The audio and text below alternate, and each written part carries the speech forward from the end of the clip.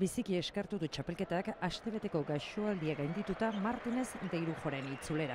Lehenengo bikoteari eutsi zion eta gero Zabaleta eta biek ikuskizuna eman zuten Olaizola eta Zabalaren kontra. Egoerarik onenean ekingo dio bikote nafarrak final aurreko ligaxkari. Con la que vayamos, nosotros vamos a ir con la moral por las nubes.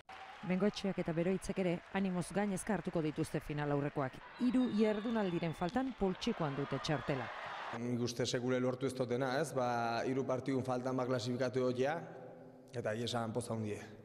Galdu izanagatik, Olaizolak eta Zabalak 3 punturen aldea dute 5. beraz benetako saltsa, 4. posturako dago. Eta postu horretan finkatzeko aukera paregabea galdu zuten atzo txapeldunek Logroñon, Arretxe eta Beginoren kontra. Bueno, todavía dependemos de nosotros.